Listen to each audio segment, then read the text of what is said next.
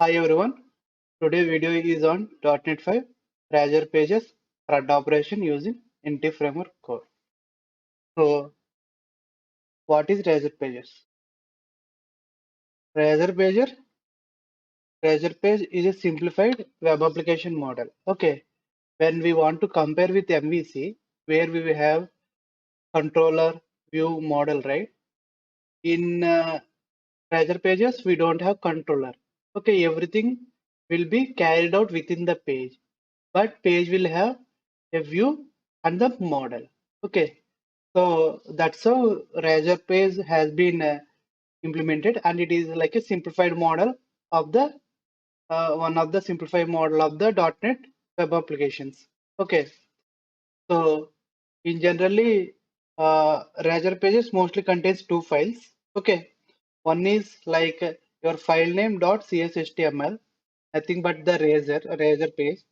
So it is like a view, and we will have one more file like file name .cshtml.cs, that is model. Okay, so it's like a code behind file. When you if you have any idea on web forms, so uh, similarly like web forms only, Razor Pages also have the code behind file, but it is far better than web forms and more faster because everything it's carried out by the Razor syntax. Okay, so in this demo we are going to do some small sample of CRUD operations using the Razor Pages. So the targeted audiences are who are new to .NET or new to Razor Pages. They can watch this video. If anyone have already have expertise in these Razor Pages, feel free to avoid this video. Okay, so let's jump into creating our sample application. So before going to create sample application, I want to mention that the session I'm going to explain in this video has been already made as a blog. Okay, so the link to this blog will be available in the description under the video. So if any wanted to go through the blog, they can click on the link. Okay, so let's jump into creating the sample application.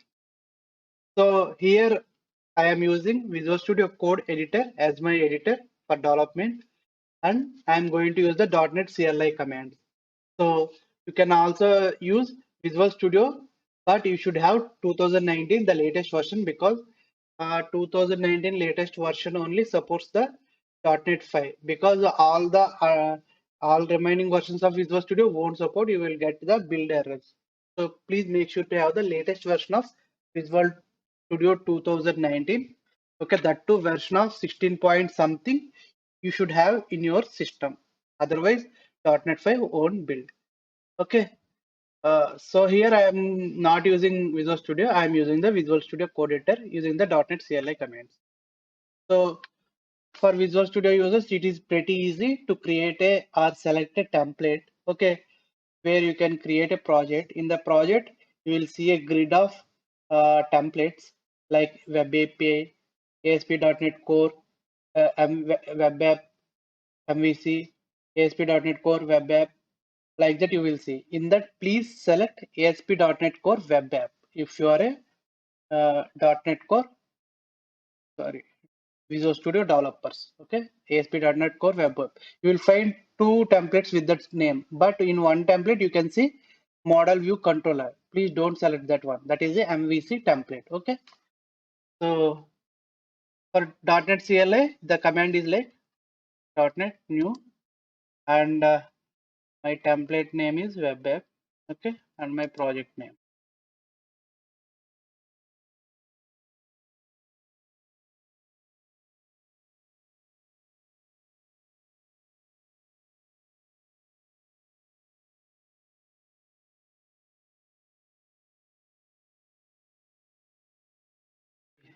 That original template name is ASP.NET Core Web App.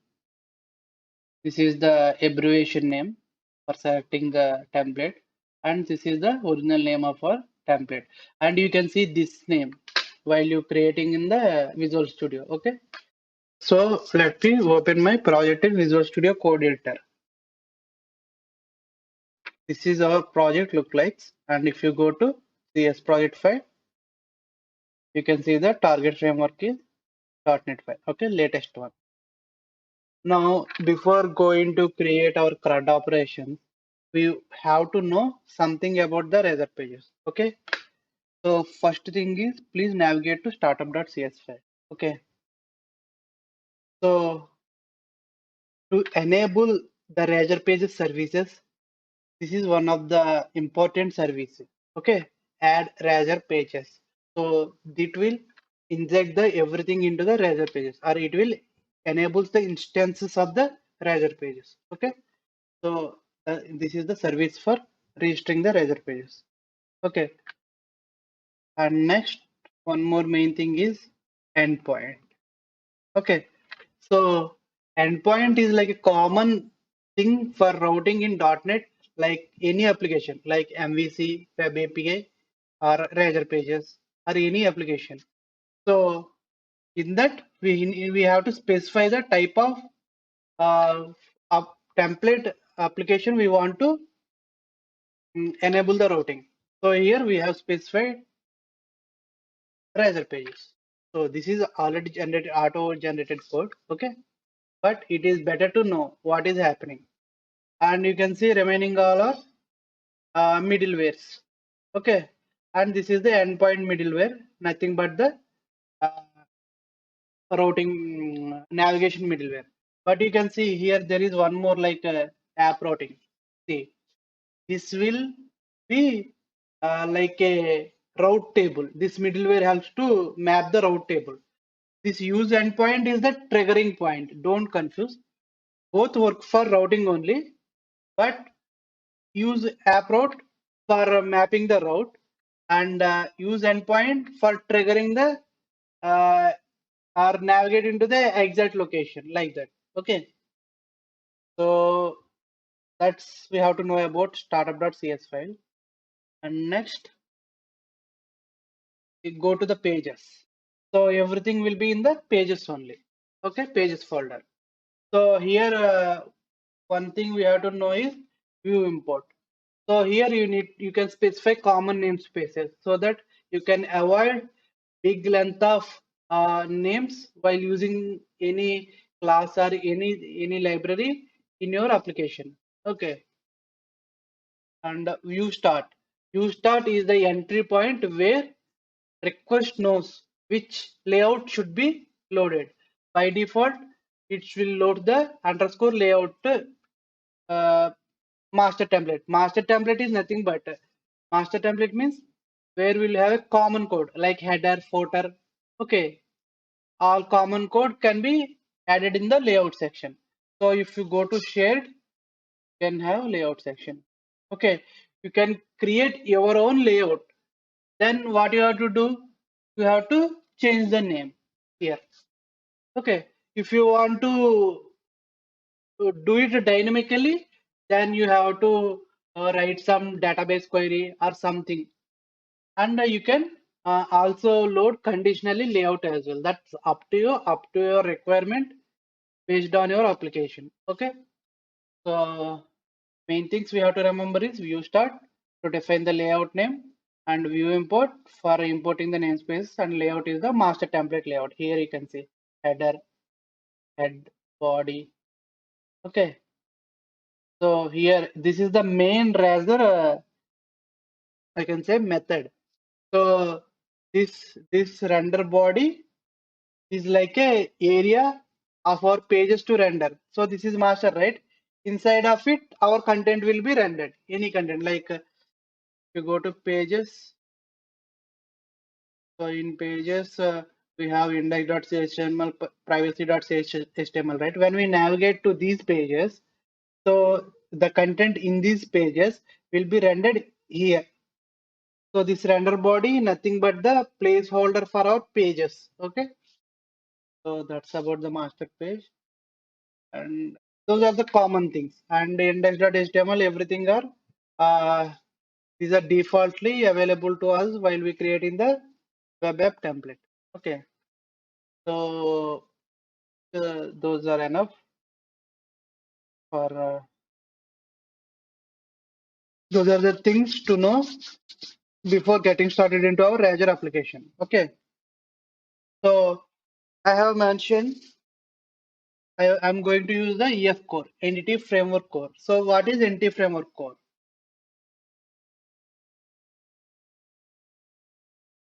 Okay. So Entity Framework Core is a ORM of relational mapping. Okay, Object Relational Mapping, ORM framework. So what that means? It is a library that establishes the bridge between the C# code and the database. Okay, so it is like a mapper. Okay, so using this entity framework library, we can represent the SQL or any database tables as uh, classes in our project. Okay, every table will have its own class in our project. All these table classes will be managed by the single class that is called DB context. DB context acts like a database, okay, in the NT framework. So it will manages the all the tables and the like fetching query or saving data like that. Okay. So what we will do by default, NT framework supports like database first approach. Okay, database first approach means we are going to create table classes from the database by using the EDMX. Okay, but please avoid this technique most preferably because this is a very old one and it have its own complications. Okay, and next thing is code first. Code first means we will create C# classes and then generate the tables. But it is also not ideal for every scenario because most of the projects already database only first created, right? So in that case, what we can do is code first can be implemented into or extended to one more different type like code first with existing database means we can create new classes as well means we can create table classes and we can communicate them with the existing database without creating any EDMX. Okay, so in this sample we are going to create the NT framework using code first with existing database. Okay. So first what we will do for in our demo, we need to install two NT framework libraries. That is one is main NT framework NuGet and another one is since we are using SQL database, I need to use NT framework extension library for SQL. So we need to install both those libraries.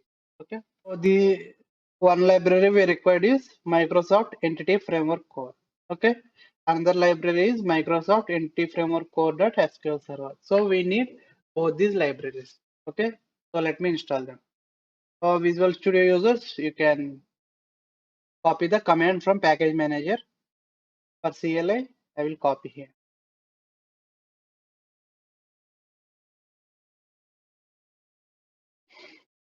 So EF core installed successfully. Let's install SQL.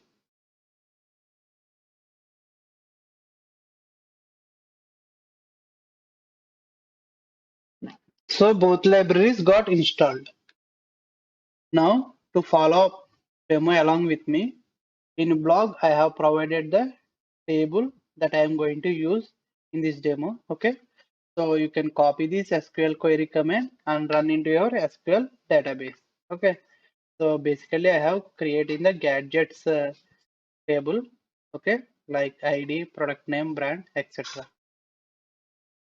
So I have mentioned right, I'm going to use NT framework core code first with existing database, right? So for that, I can create a class for my gadgets table.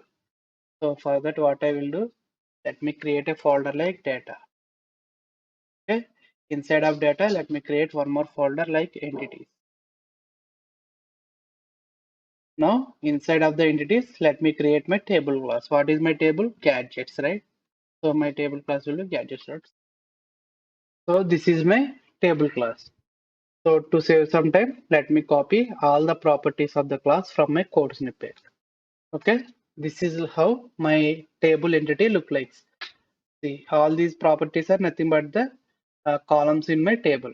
Okay, so I have created a class, but to manage these classes, we need one parent class that is called DB context class. So DB context class acts like a database when we want to compare with SQL.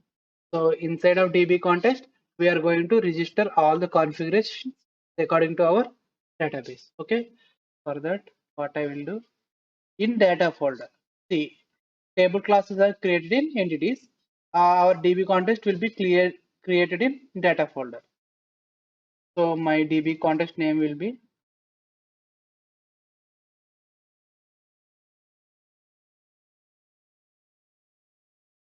okay, this is my DB context class.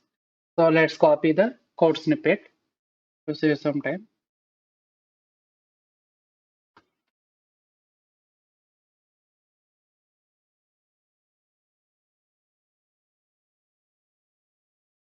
So this is how we have to make a DB context. So to make a class into DB context, it should be inherited from the class DB context that's loads from the intif Microsoft.nt framework code.db context. Okay, and here you can see DB sets represent nothing but the table class. Okay, so here we have registered my entity class. That means my DB context can communicate with the gadgets table. And inside of the constructor, you can see there are DB context and options who are passed to the base. What is these options? So these options will be available from the dependency injection while we register them. So let's see what are those options. Okay, so to register or to make our DB context available with dependency services, we need to register our DB context here. Okay, so like this we can register our services, our DB context. So let's first import the namespaces. Okay, so here in the options, what we are configuring? We are configuring the connection string. Okay, so these are the options. Whatever we will configure, like connection string, will be injected at the time this my old DB context instance is created. So those configurations will be passed to the base DB context. Okay, this context. So that's why we need to register here. And next thing is we need to add the connection string, and our connection string should be in. So this is development, right? So I can add in development file. So like this, we need to specify the connection string. So this property is default property .NET Core understand. This is the our connection string key name. My old DB context. This name should be matched with this name we are passing it. Okay. So we have successfully established the NT framework, DB context, and its table class. So this is called code first approach. Here we simply using C# class and database. That database is existing database. So this is nothing but code first with existing database. Okay. So first, let's in the CRUD operation, let's understand the first one is like create operation. Okay, or else what we will do? First we will fetch first we will do read operation. I have some dummy data in my table. Okay, so let me display them on the Razor pages. So to create a page, what we have to do means in the pages folder. Okay, I can create a folder like Gadget, and first I want to read operation, right? So I will name my uh, file like gadget.py. CSHTML. HTML. Okay. So this is the view. I have mentioned, right? Razor page will have view and model. So let's create model file as well. So do that it should name but CS. Okay. So this is the model file. So this is my gadget model, right? So to make it Razor page model, it should inherit page model. Okay, that loads from Microsoft ASP.NET Core.MVC.Razor Pages. Okay, now our class is a Razor page model. So first thing is let's inject our database into my Razor page model. To do that,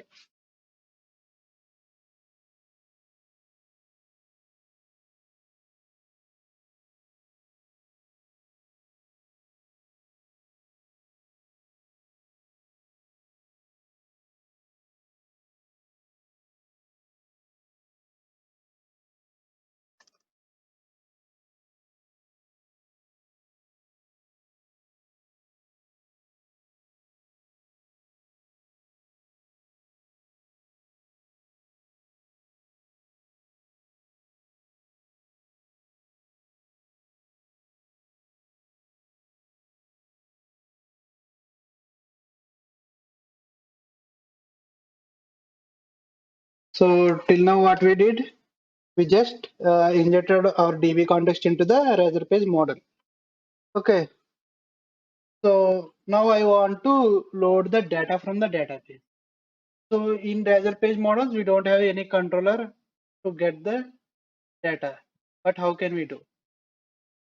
In Razor pages, uh, there is a method that's going to be executed based on the request type, HTTP request type. Okay, so that method name should be like public void. See, I don't returning nothing, so I simply leave void. Okay, on get async. Okay, this method gets executed for HTTP GET request only automatically. So in this method we can write our logic for fetching the data. If you want instead of void, you can also result. Okay, and simply we can return page. Page means nothing but this one only. If you don't specify, also not a problem. But better to habituate to return like page. Okay, so I have mentioned, right, this is a method that executes based on the HTTP GET request. So you cannot change. You cannot simply change the name, something like anything like this. Get my all gadgets. This won't be automatically recognized by the HTTP request. To make it recognized by HTTP request, we have to make some changes in URL, like we have to use a query parameter. Okay, so think like this: a URL query parameter handler equal to this value. In query, if you use like this, then only this method will get executed. Otherwise, it won't identify any method to execute for the HTTP request. So that is why it is always better to not customize the name of the HTTP request method. Okay. And it is also ideally have only one HTTP method per request in a Razor page, most preferably. Okay. So here what I am doing, this I have told this method gets executed, right, on HTTP request. So what I will do, I will fetch the data. So You can also write like this also, on get or on get async. Okay, those two method names will be automatically understand by the Razor Page framework. So now let me fetch my all data. Await.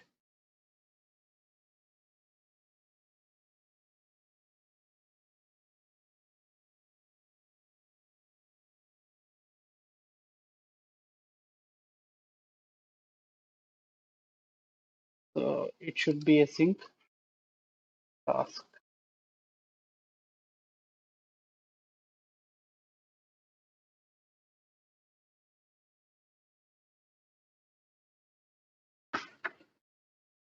Okay. Now I want to store this collection into a variable. For that, I will create a public variable, public list. Since my project also in the gadgets file, right, there will be a conflict between importing the namespace. So what I will do, I will give some qualified name like, okay, like this I am giving. So here I want all gadget.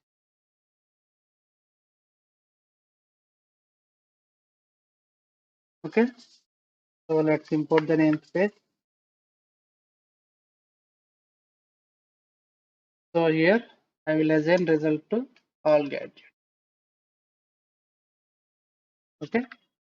So that's about the our logic to implement in our gadget model class. So let's jump into the view. View is nothing but HTML page. So first thing is we need to define the route here. Okay. So page route will be created in the page itself using the page attribute. And it should be begin with slash and I will write like all gadget. This is my route. Okay. Next thing we need to specify the model name. We know the model name, gadget model name. Okay. Fine, right? So now let's get some bootstrap table to bind our data into the table. So what I will do,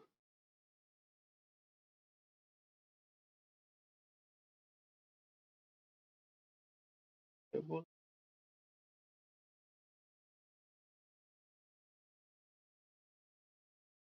I will like to have this dark theme. So copy here.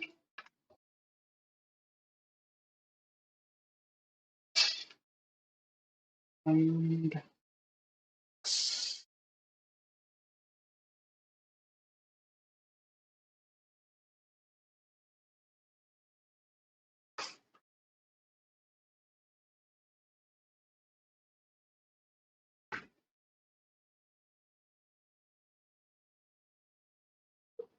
so let's change header names. So let me here open my gadgets class. So I will use these names. Product name,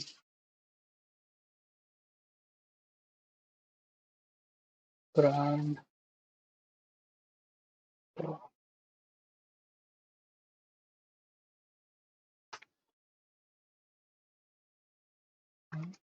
type.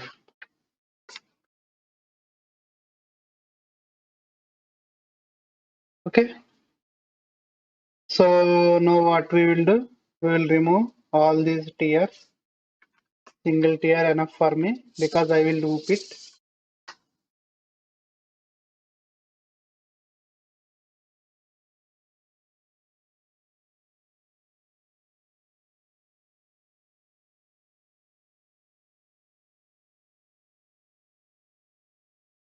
So here I want this all gadgets variable. So to gain that one, we know our model is gadgets model, right? So model dot all gadgets. See, we can access all public things from this class. Okay. So here I can bind my data.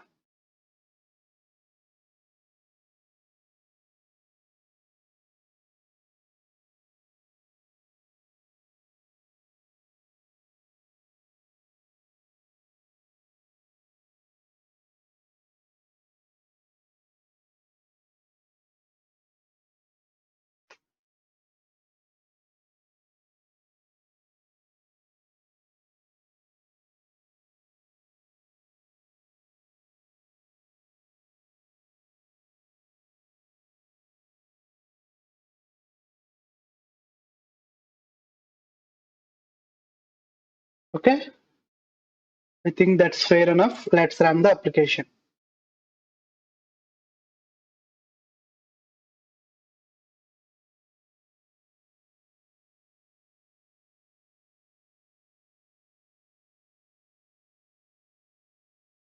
See here you can see home page and privacy.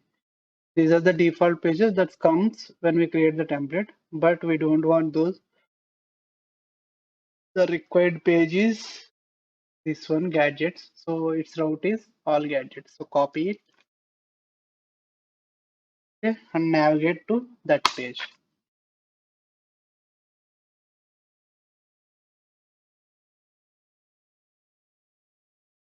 See, I'm loading all my gadgets from the database, right? So let me sort them. I want the latest record on the top. So to do that, what I will do, I will add a sorting here.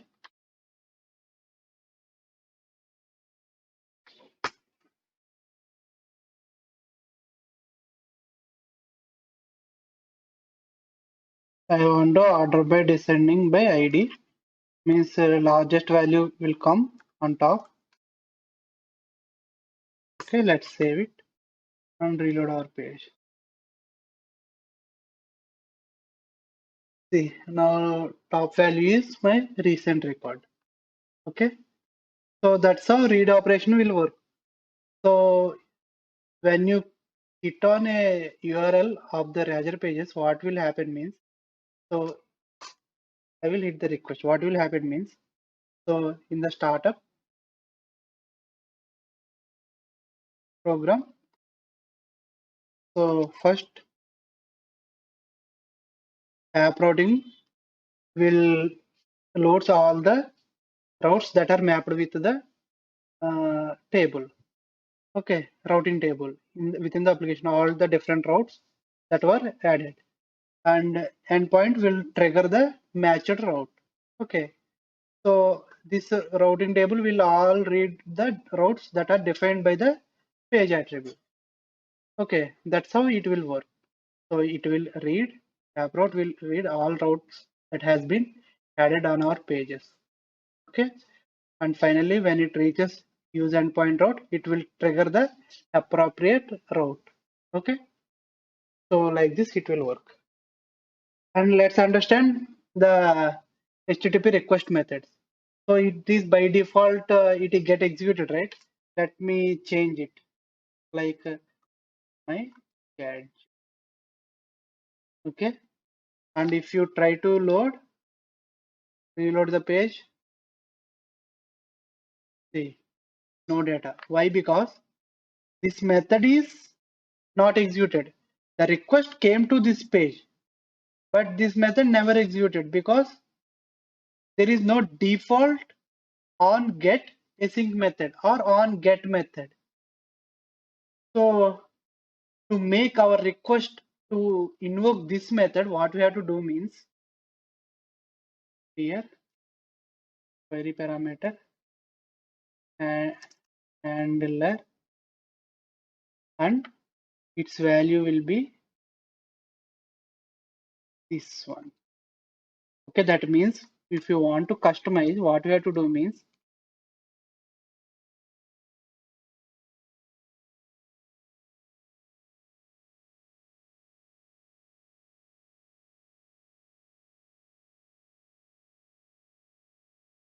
so like this method name should be there.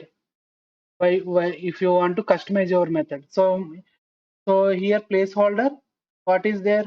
my gadgets. So copy that value. Okay, I can remove this line of and assign it to the handlers. Now load. Now invoke the request. See, now it is working. So if you want to do customization, then you have to explicitly specify your type of HTTP request method name.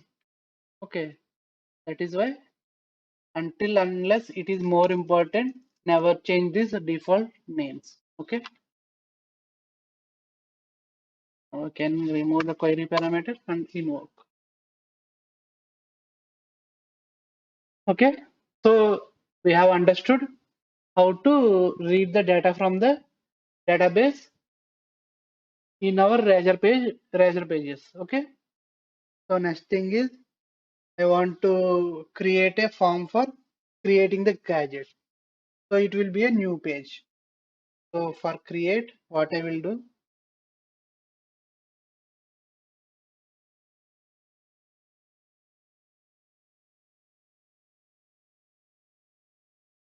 okay, this is a view.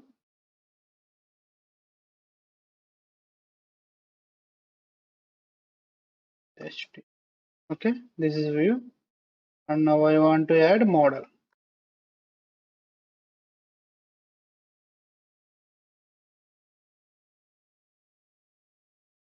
So this is my create gadget model class. To make it a Razor model, we need to import page model. Okay. So what for this? This page should load the form on submission. It will save the data record into the database. Okay. So first, uh, requesting a form means get request, right?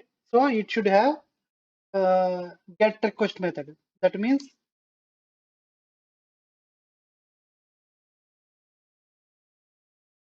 on get async.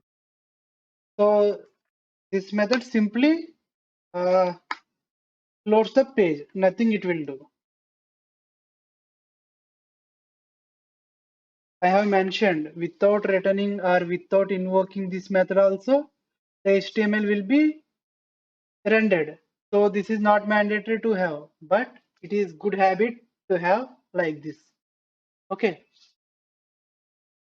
Without this method also, the page will be loaded for get request. Okay. But like a good standards to create a get request method as well. And one more thing, when form is submitted, then we have to save our data into database, right? So for that also we will have a one method is like on. So submitting means post. So it will be like post async. Okay.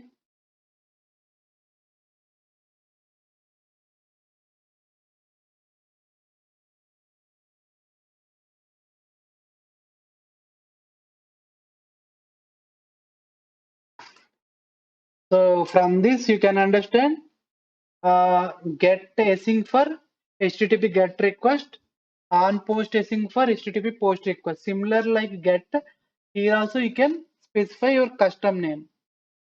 Okay, but then you need to specify that custom name in the handler query parameter. Okay, so what should be there here in this method?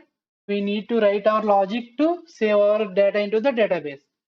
So for that we need our database context here, right? So what I will do, go to gadgets.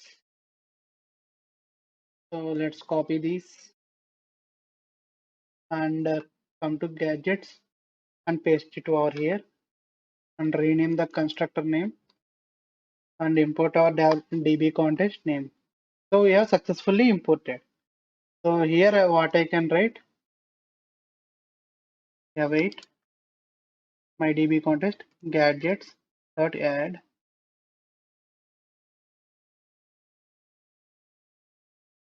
Okay, and I can trigger the save changes async.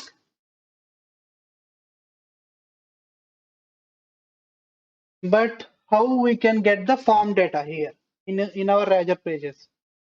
To get a form data, what we can do means create a public variable, public, and no type of my form, that is gadgets, right? So data dot entity dot gadgets new, I will name like new gadget and create a property.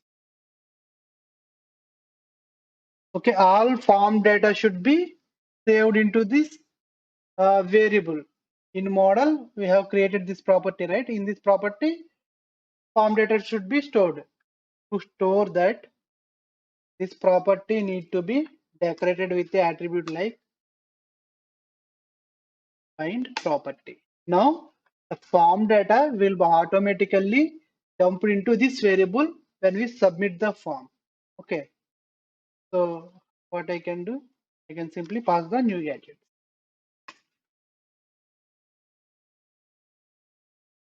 Okay, after successful saving, I want to redirect to my all gadgets page. What I can say, to path all gadgets.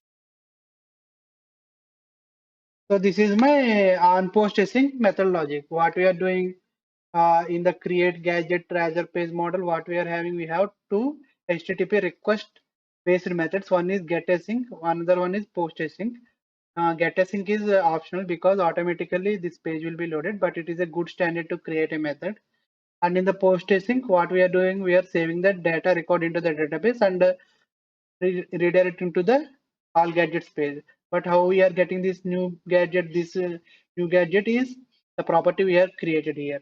It will receive the form posted data because it is decorated with the bind property. Okay. Now let's go to our view and let's assign route like create gadget. Okay. And here I have to specify the model. Model is nothing but the create gadget model. Okay. Now, last thing we have here, I need to define my form, right? So let's go to Bootstrap,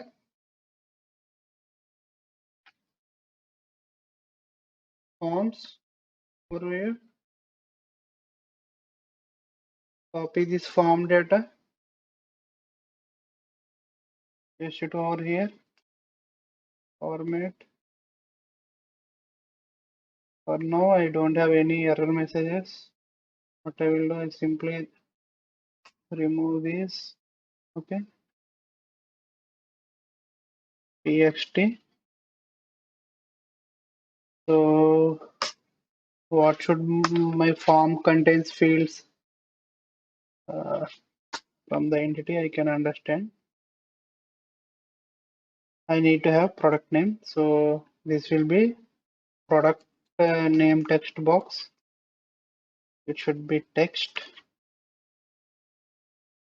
and id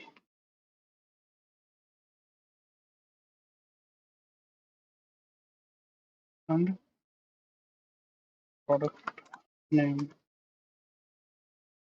right?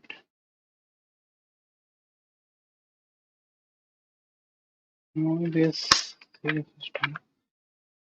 so 1 2 3, I need 3 more text boxes.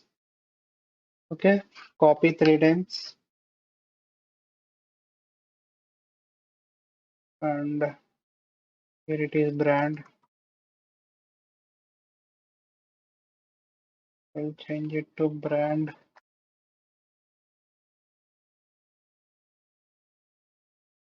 text brand.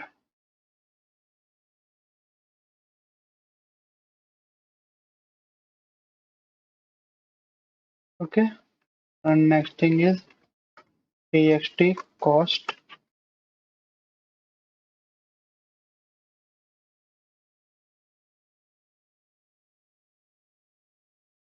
cost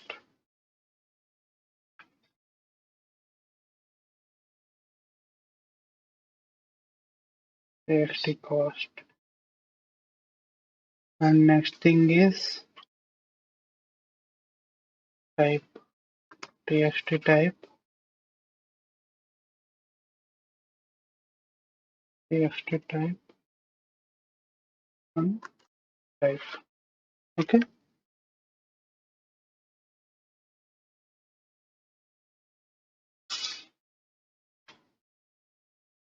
Okay, this is my form.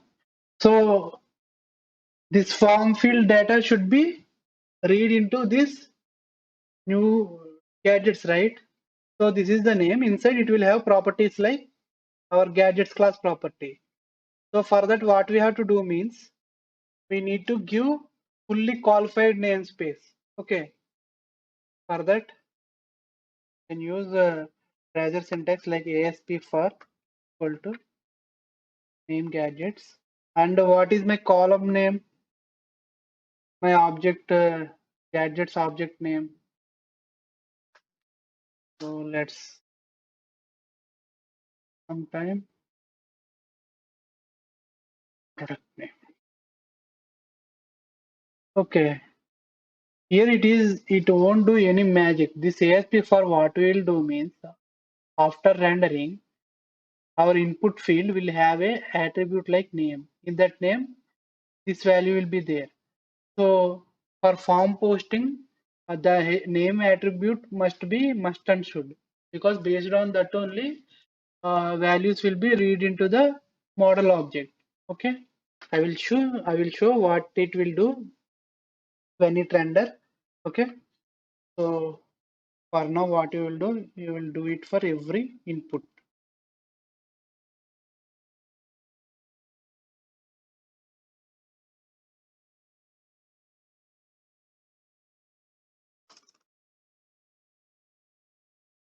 Cost type. That's it. Okay, so what it will do on rendering, it will render a attribute like names name ASP file. You may think I can directly give like attribute name equal to like this instead of ASP for, right? Yes, you can do that also will work. But the ASP for will automatically generate that namespace. Not only that namespace, when we have some validations on your form, like if you add some data annotations on here, like max length or something. Okay, so those validations also will be rendered onto the HTML automatically. So that is taken care by this ASP for Razor attribute syntax. So that is why instead of using directly name, I am using ASP for. Okay. So let's save all. And what is the route? So instead of route, what I will do?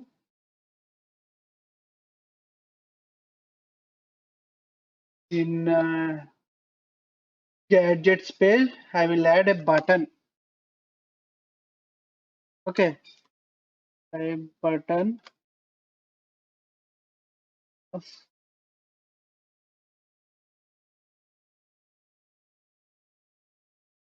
for navigation. I can specify like ASP page.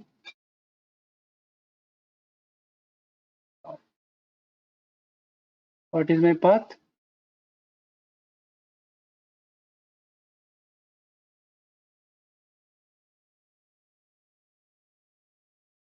We don't know. Let's go to our application. Button. So I haven't given any label. Here. Okay.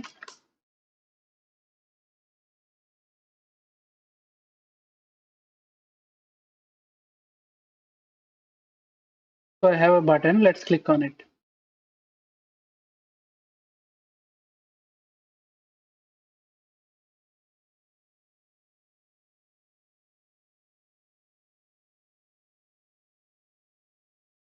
I think instead of button, I can use anchor tag. Yeah, that will be more ideal. Okay, I can leave button classes.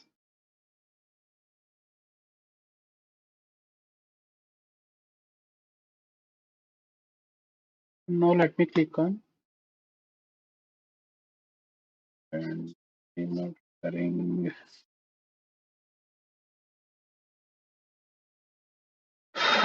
Okay, ASP page for not generating. So what I will do, simply href. This will guarantee works.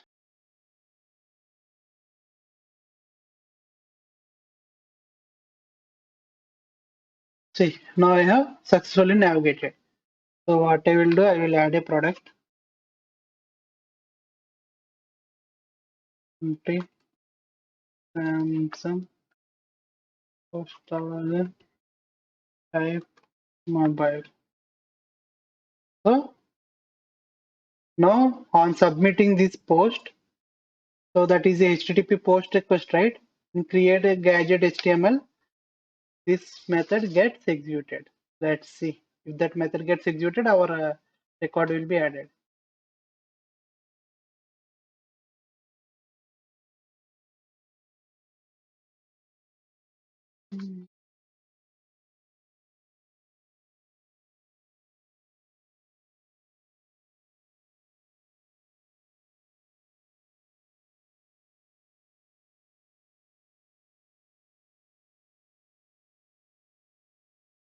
Okay, I have to specify here method like post.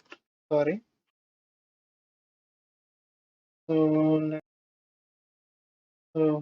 the post is came right. Because of this, previously it is not posting my data. So let's try again. Samsung post some thousand mobile, and I am clicking on the post. See, now data is posted and redirected here. See my new record. So we are successfully completed with the create operation as well. Okay. So here in create, what we have did, we have used new action method like on post async. Okay. So next thing is I want to update the record. Okay. For update, let's create new pages. Okay. So like edit gadget gadget.chhtml for view, and for model edit gadget cs.html.cs. Okay, this is my edit gadget model page. So let's import the page model to make this as a Razor model. Okay.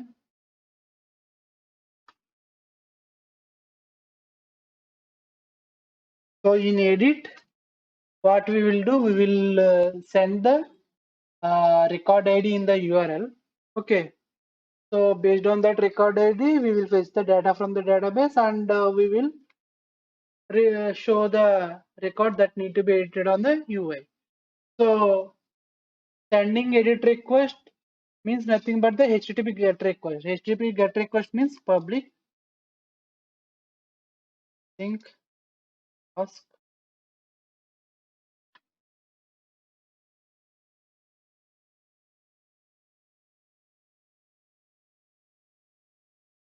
Okay, on get async. Okay, so this request, this method will be executed. But to filter the data, we need to read the query parameter, right? So these methods, these HTTP requests methods by default uh, can read the query parameters values. So this value should be, this name should be in, or this value should be mapped in our HTML page. We will do in the later steps. Okay, so we will receive the ID value. So based on ID, what we can do? We can fetch the data from the database. To do the database, let's inject the database. For that, what I will do, I will open the HTML. So from here, you can copy.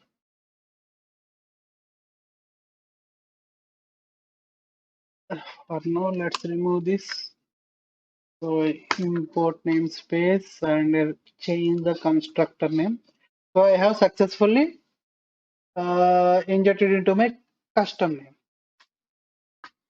So gadgets where import the link namespace ID equal to ID first star default. Okay. So first star default, I need to store it to some variable. So by storing that variable, I can render that same value into the my UI form. So for that, what I will do, I will create a variable like public dot entities dot gadgets and get to update. Okay, so I can use this gadget data into represent into my UI. So same gadget should need to be fetch the data on form post. For that, what I will do, I can bind decorator like bind property. Okay, so here can update value to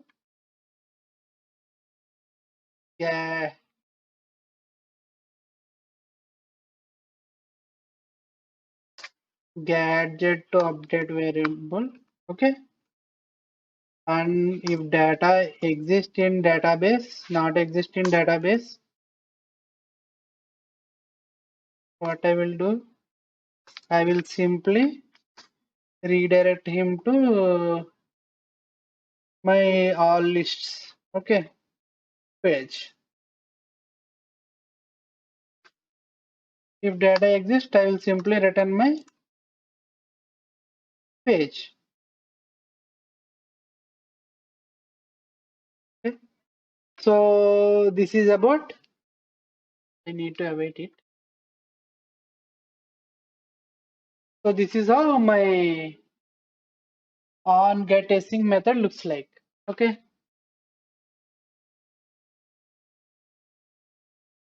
Yeah.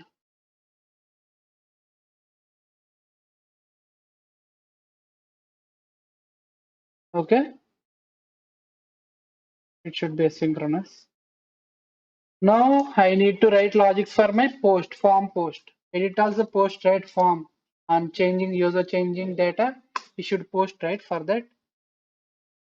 Here also I will have on post async method. Okay.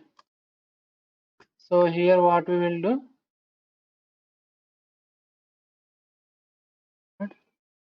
attach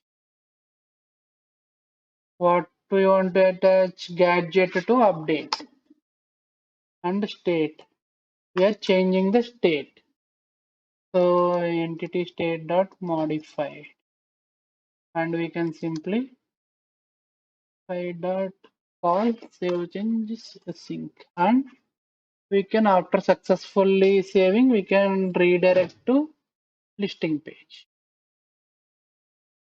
Okay, so this is about post method. Okay, let's go to edit method. Here I need to specify the route, page decorator and edit slash edit, and here I want to specify the route.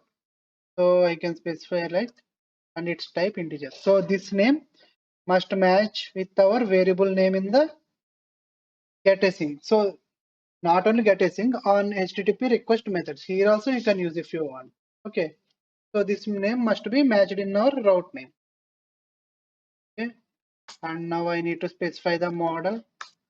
My model is edit gadget model. Here it is almost similar to my create gadget HTML. So what I will do, I will copy entire HTML. Okay. So ASP for is capable to read the data from this variable, but here variable name is different, right? So what is my variable name? Like gadget to update, right? So replace it, replace, replace, replace, replace. Okay, here we need to create one more field for our ID, that is for hidden field. For create, we no need to have the hidden field of ID because ID is 0, right? But for updating, we need required ID. So this should be hidden. Okay, so that's all. It's almost like so ASP for previously in create, it is used for posting the form data. Here for posting as well as reading also it is helpful. It will bind the value that was loaded here, the get. Okay, so that will be represented in our UI. So let's run our application. Let's hope it will work. Okay, we need to create edit button, right? So edit button should be on every table record. So for that, what I will do, go here. Okay, here add one more column. PH scope call and action. Actions are nothing but my table actions. Here I will create 3D, and here I can specify anchor tag class ptn primary, and here I want to frame my href. So for that,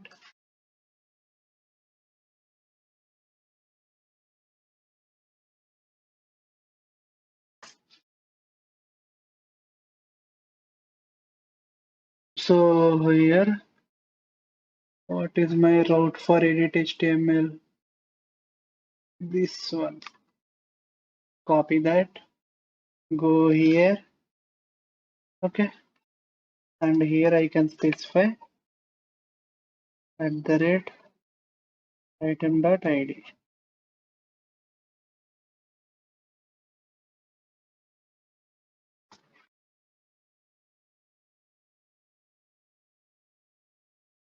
So let's save it and then name it edit and reload our table page.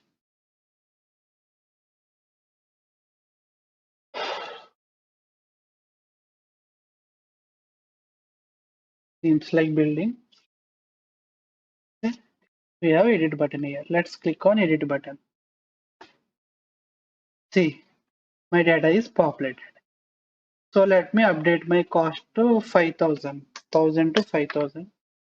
Update. See, data is updated.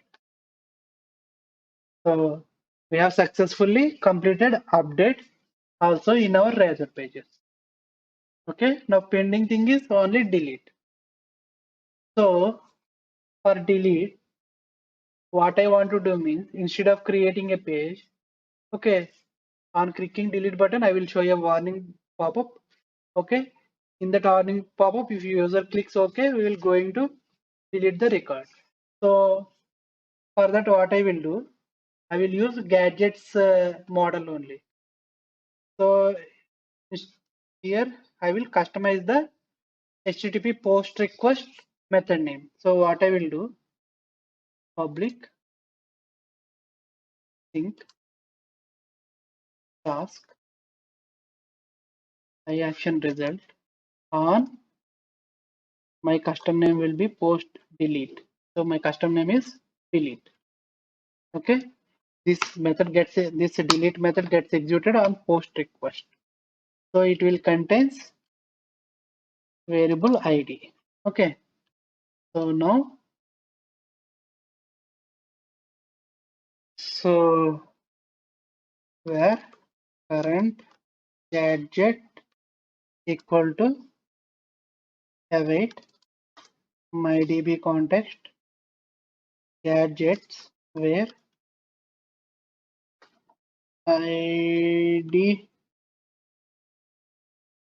equal to id first star default async. Okay. So if current page equal to null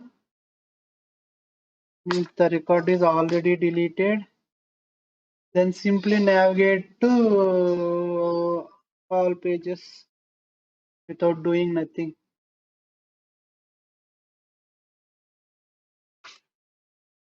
If at all it is, see here we are staying in same page, but we are redirecting actually like this, not equal to null gadgets dot remove current gadget,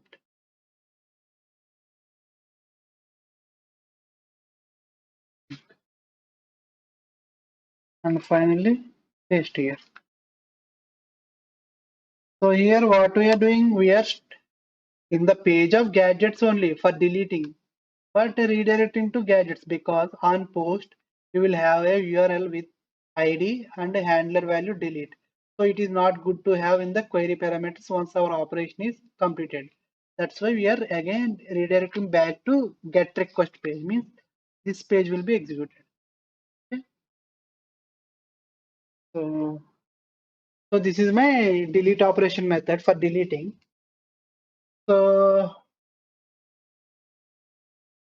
I need to use some Bootstrap model pop-up. Go to Bootstrap components for models. Okay.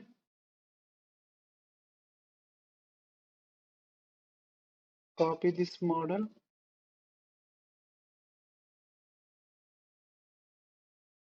Paste that HTML here. So I don't want button. Yeah, this is my model.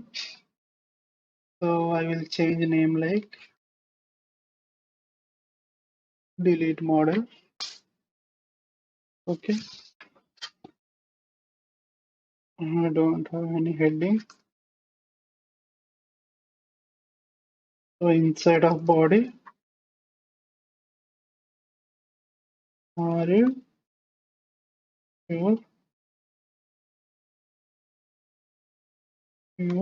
want to delete? Okay. This is my message, and this is my close button, and this is my save button. Okay. So save button is nothing but delete button. Okay. So this pop-up should be open. So I have copied it into here. So sorry, not here. In my gadgets page only. So I want to open this model on clicking the delete button. So I want a delete button. So I can specify button class btn danger. Okay. So delete. It should be type button. It should not post. And here I want to register a on-click method. Delete gadget. Okay. So I want to write a JavaScript method to copy it. Now what we will do? Okay. In www root folder, generally we contain CSS and JS. There is one CSS file, site.js file. By default, it is bundled with our application. Here you can write your JavaScript code. So here I will write my function. Okay. So here I want to open my Bootstrap. For that, what is my gadgets.cshtml Bootstrap ID delete model, right? So I can open here like model and I can specify show. It will open up the pop-up. Okay. So let's check whether we are getting confirmation box or not. So see here, delete button added. So click. So it is not happening. Let's reload the page. Method is not invoking. Let's okay. Here it should prefix with hash for IDs. Okay. See, now we got. Are you sure you want to delete or not? Now on delete, if we click on this delete button, our gadgets delete post method should be invoked. This method should be invoked. Okay. So for that, what we can do, delete this delete button should be enclosed in form. Okay. So that it will post, and method should be post, and ID of the form is delete form. This is my ID. Okay. So for this form, we need to prepare URL and bind. Which URL? This deletion URL. So for that, what I can do in JavaScript, let's first frame the form URL. URL equal to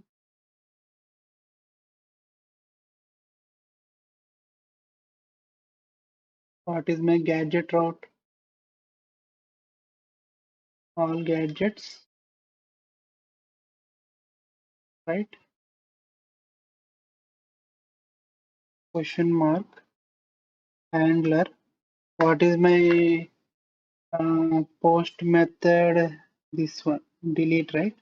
So each value should be passed here plus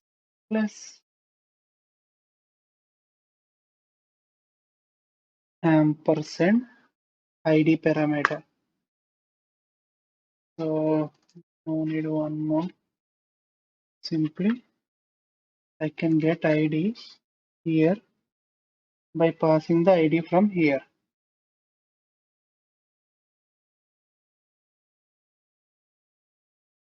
Okay, I will get ID here and I will preparing my ID. So here, so let form element equal to document dot get element by ID. So what is my form ID? Just now given, right? Delete form. So fetching that form ID and form element dot set attribute. This attribute will be action. Action will be our URL. Okay. So this should be work now. It should able to delete my request. So let's save it. Reload our page. So I want to delete 8004. We have 8002, 8004, 8005, right? I want this record to be deleted. So let's click on delete. First inspect here, you will understand. See, 8004, my framed value is attached as an action attribute to the form. For suppose if I edit here, not edit, sorry. If I want to delete this record, So inspect here.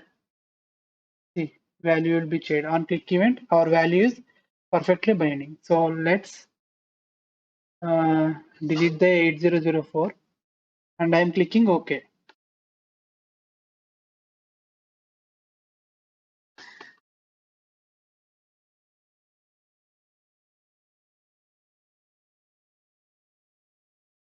Post ID delete from all gadgets. I think we no need this dot for relative path. So let's reload and open. Let's check. Now we don't have dot.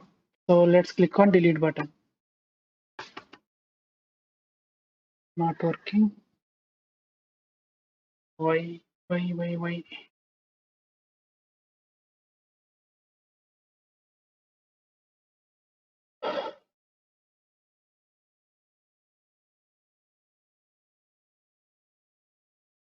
Okay, I have given button, right? It should be submit. That is why it is not posting. So let's reload again.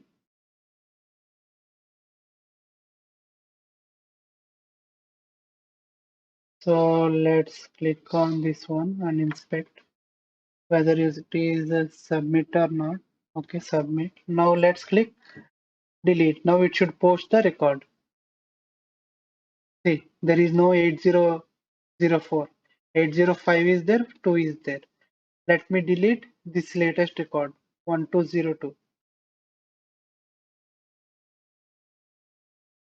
So let me go to network calls all and pressure all. You can observe the request. Okay, request completed, record deleted. If you observe here, see, this is activated from my button click, but it is 302. 302 means we are redirecting, right? So that is why it is giving 302. So it is after deleting the record, it is back to our gadgets viewer. Means this will get executed. Okay. So like this, it will do. So if you want to see the delete request, you need to enable pressure log and see. Okay. So like this, you can delete your record. So that's it. We are done with all CRUD operations in our sample. So this is how we can implement a Razor Page application using the Inti framework core. So I hope this video has delivered some useful information to you all. If you like my video, please do subscribe to my channel. We will meet you again with new videos. Until then, signing off.